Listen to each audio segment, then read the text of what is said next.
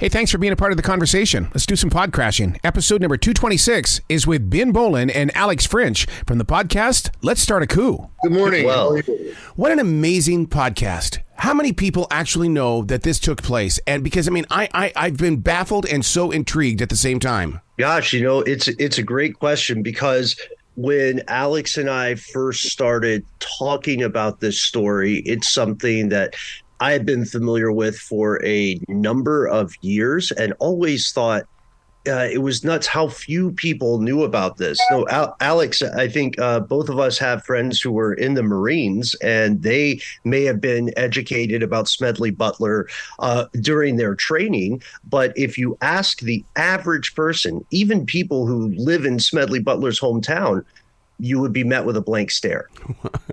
The plot against FDR. I mean, this is history, and at the same time, it throws me right up into just a couple of years ago with Donald Trump and the insurrection. It's like this has always been going on.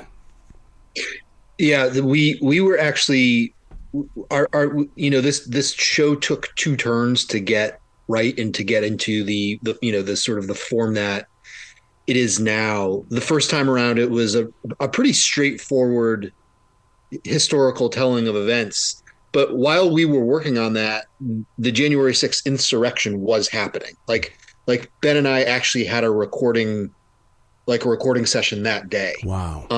Right. And so, yeah, so,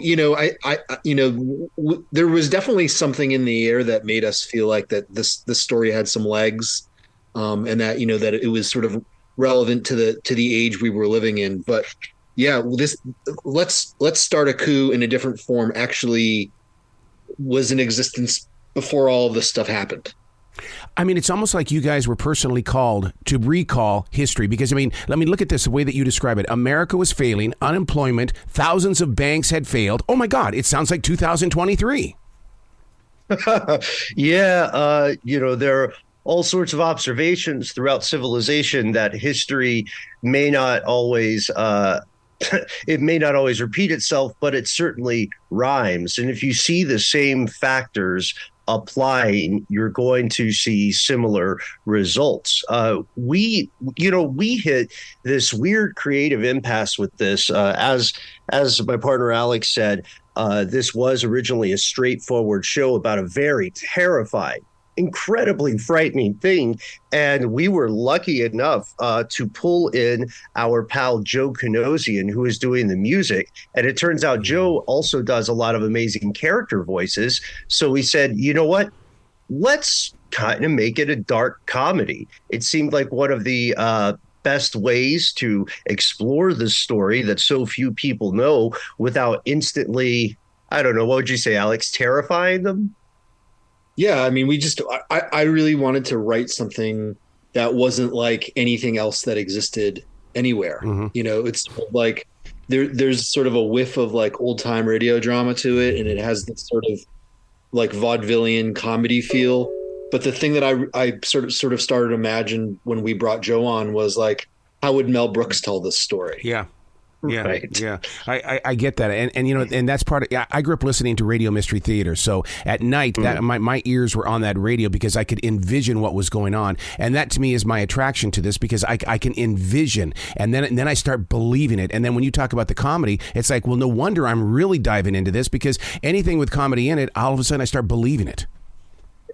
Yeah, and that's that. I think we all really appreciate that point because. Look, if you want to communicate with people well, you want to be able to have human moments with them. And that's something that we can kind of forget when we're exploring these big stories throughout history.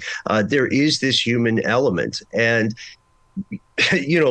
accuse us of gallows humor if we must. But there are some very surreal moments in this story. I mean, if you imagine, as you described, Arrow, the 1930s, the 1920s, the times leading up to this, we're talking about an American public that had been driven to the brink of financial extinction, and there were all these people who had to radically reassess their understanding of the world. And when you're in that kind of vulnerable time, there are bad faith actors who can use that as an opportunity to advance their own, their own nefarious goals. And Smedley Butler, by no means, I hope I can say this without ruffling feathers, Alex, Smedley Butler by no means was a perfect guy. Yeah. He just happened to be a really hardcore, hard-nosed Marine who finally drew a line in the sand. He's a guy that grew into his name. I mean, to have a name like Smedley Butler, you've got to live up to that name. And boy, he really jumps into this story. And all of a sudden, I would love to sit down with other people that are listening to the podcast and see what they envision this dude to look like. And because that's what I love about podcasting is that we get to draw our own pictures. Yeah, I mean, he definitely had a massive tattoo of the Marine Corps globe and anchor on his chest, and he had this real sort of like avian nose, like and he was small. He was like 5'8" and 125 pounds or 130 pounds, but he was just this tough guy who sort of against the odds came from an aristocratic family from the Philadelphia High Line. And like a lot of young men his age fell in love with the idea of joining the military during the Spanish-American War, and quit school and ran away from home. His father was actually a congressman, and he ran away from home and lied about his age to join the Marine Corps. Yeah, and like in the sort of the silver spoon sort of followed him to the military. He was never, he enlisted, but he when he joined up, he landed because of his dad as an officer. But yeah, I mean, and really for many, many years serves as the sort of, the tip of the tip of the arrow for American imperialism, and does a lot of dirty work, a lot of very questionable things, in the name of, American expansionism and sort of American empire building, for Uncle Sam. And yeah, our story really picks up with him on the tail end of that part of his life. The characters that are in this story and the way that you bring them forward, they are of a generation that we don't see anymore. I mean, when you describe General Butler the way that you do, that generation doesn't exist anymore, with that gigantic anchor and the way that, that confidence and that courage that he carries forward. It's a completely different view of the American soil. Yeah, I mean, he's really like, he was the first modern Marine. Yeah, like he was, and sort of his sort of vibe was it was really the sort of template for the Marine Corps, the Marine Corps vibe that we have now. Yeah, but that's definitely a generation that doesn't exist anymore. And also communication was changing, I think, too. You could ask yourself, that's something that, we go back to when we play around a little bit with the idea of how this larger than life figure would have interacted with the modern world. And it would be a very different landscape today. What keeps what kept me up a little bit too late sometimes as we were working on this was the idea of, oh, geez, what if Smedley Butler had Twitter? How would that have worked out? Yeah. Well, I mean, he was like, the thing is he was legit famous. I mean, he was, especially in retirement. And he broke a lot of rules. He was legit famous. One of the scholars on our show, a really bright guy named Jonathan Katz, describes him as kind of the first troll. He's, outspoken. He broke a lot of rules. He spoke out of turn, like he definitely had, upon retirement had this path in front of him where he could have been a senator or a congressman, or, he could have done like Douglas MacArthur did and retired to a very cushy job as the chairman of like, a typewriter company or something. And he could have lived in the penthouse at the Waldorf Astoria. And he went in a completely different direction. Definitely, a singular American character. But did he know he was breaking the rules? Because, I mean, the one thing I keep hearing about today is, well, if you're convinced that you're not breaking the rules, you're not breaking the rules. So I have to ask if the general knew that he was physically breaking the rules. Yeah, there's a good question there. I would imagine, and deferring to Alex here, who has done a vast amount of research, I would imagine that often Major General Butler thought that the rules themselves were suspect in many ways, and therefore he would feel like some of those rules, especially the rule of thumb, like the unspoken rules of decorum and how you're supposed to behave in the aristocratic class, he would think those are fraudulent and rules that should be broken. However, there were things that he took a very strong stance on, especially as he became increasingly an anti-war activist. He would tour all across the U.S. making these barnstorming speeches, this real fire and brimstone stuff about power to the people. And he would ask these serious questions that a lot of people at the time would have preferred remained unasked. Like, why are so many young men dying across the world, right? As part of America's armed services, and what does this really do for America versus what does it do in his mind for American companies? So he was a bit of a maverick, I think, in that sense. But when it came to asking him to break some very serious rules like laws against treason, sedition, and so on, that's where he drew the line. He was definitely following the rules at that point, in his mind. Were you guys shocked to learn that J.P. Morgan was a part of this? Because I'm still in shock, because I always thought he was the great white, great hope. You know what I mean? Oh, boy. Yeah. So it's weird because there's this journalist named Spivak, and this guy is you could almost call him like a fringe journalist of the day. He's one of the first sort of gonzo journalists who puts themselves in the story and is really forthright with their own opinions and perspective. And in a series of articles, Spivak lays out what you could call an old school conspiracy board. And he has like mugshots basically of the powerful business tycoons that are, in his mind, all involved with the coup attempt. And J.P. Morgan kind of exists in the center of the web there. God. As far as surprising, I don't know. I mean, it's surprising that these guys who are usually pretty ruthless in business could team up so well. Again, allegedly.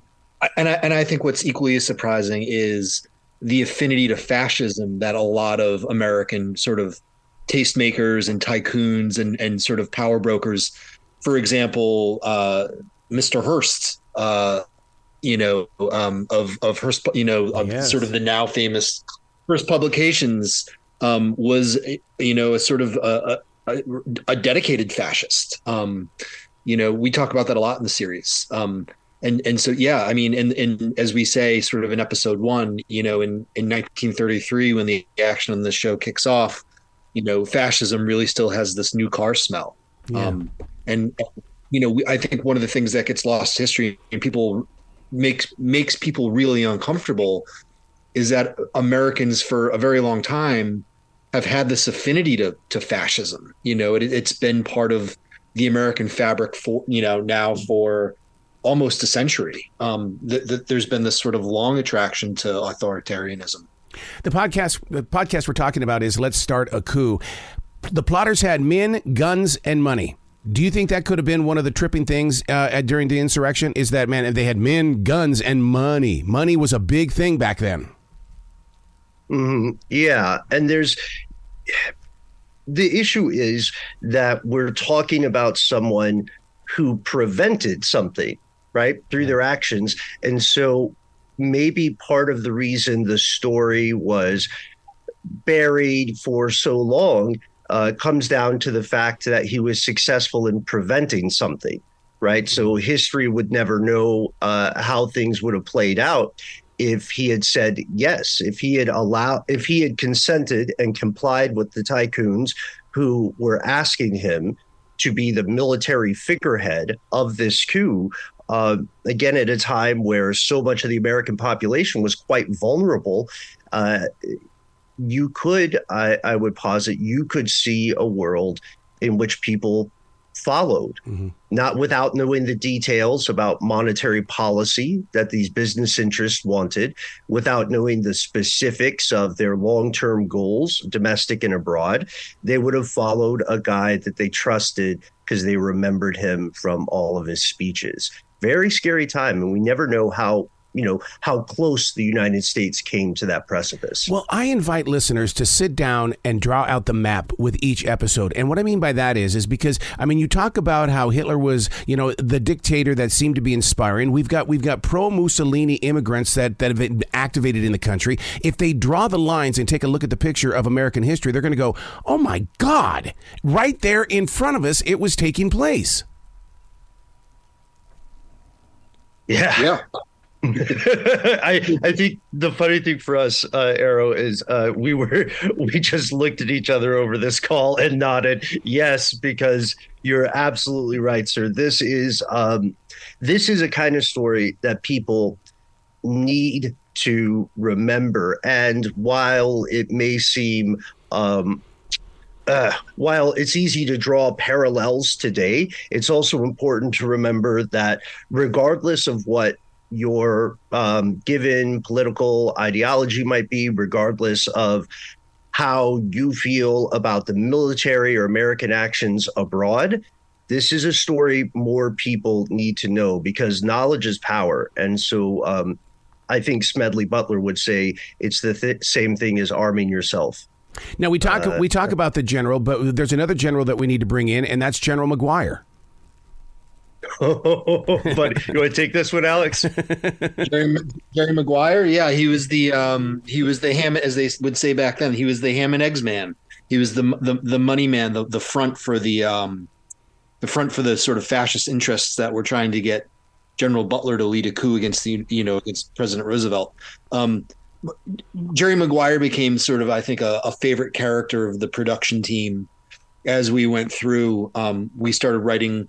It was interesting how the whole sort of like character play started in this started in the show. It started with these two sort of anonymous plutocrats that act as, in a strange way, kind of the Greek chorus for the show. But then Jerry Maguire very much, I think, sort of solidified and brought was the sort of the template for how we treated bringing voice to people that had been dead for a century. And so, yeah, Jerry Maguire is probably a bit player in the real story, but very much, I think, the animating life of our show, Let's Start a Coup. He's very mysterious. He sort of approached Smedley Butler early on about leading the coup, but would never say who his bosses were or the money came from or anything like that. But yeah, he's Joe Kinosian, who does the score, who does the musical score and the voices, really made Jerry Maguire his own. All right, writer to writer, producer to producer, I'd love to be a fly in the wall when you put these episodes together, because I know for a fact there's no way you're just, all right, start at page 1. We'll get over here to page 16 in a matter of moments. What really goes into the process of this? Because you do talk about the character voices, you do talk about the historic lessons. What happens here in the studio? So, do you want to take this, Ben? I mean, so basically, I think early on, we had a couple episodes that we had written as straight historical podcast. So, I had a real sense of like what the arc of every show would be like. But then I had Ben, who's a phenomenal writer. We had Joe Kinosian, who's a phenomenal writer. And so we had, Lacey Roberts, who's one of the show's producers, and two other producers. And really what I tried to do is kind of set up this culture of never saying no. Yep. So if somebody had an idea, I just always said yes and tried to work it in. So that, that was part of it. But yeah, we had a writer's room. And so basically I would turn over a draft that had, your sort of traditional podcast arc to it with, hosts and experts, and spaces where these sort of, we would have these intrusions from the characters that we created would come in, and we would just workshop them, and we would do a couple drafts, and we would do table reads, and we would make changes in the table reads, and then we would do another table read and make more changes. It was really, it was really a process of, creation and constant refinement. We would do a sort of a big final recording, and then, after the recording, we would do more refining, and, so yeah, it was, the show finding its voice and sort of becoming this very bizarre thing was not the hard part. You know what I mean? It's sort of like, once we figured out what it was, it really sort of, the show itself kind of became the show itself. Yeah. Man, it's that kind of stuff that inspires those that like to bang out their podcast. Take another day, take another week off, and put things together, because you are really lifting journalism. You're also historians, you're archaeologists. You are in touch, and I just can't thank you guys enough for doing what you're doing. Thank you so much for your time. And for anybody out there who wants to follow that wonderful observation, we can say, try not to take several years to make it, because we got in a rabbit hole. But thank you so much for these kind words. Yeah, like Alex said, this show it means the world to us. And we hope more people tune in. If you are a fan of hidden history, if you are a fan of tracing larger patterns in history, or if you just like to laugh, there's some pretty solid jokes in there. So please tune in. Be brilliant, you two, okay? You too. Yes, sir. Thank you so much.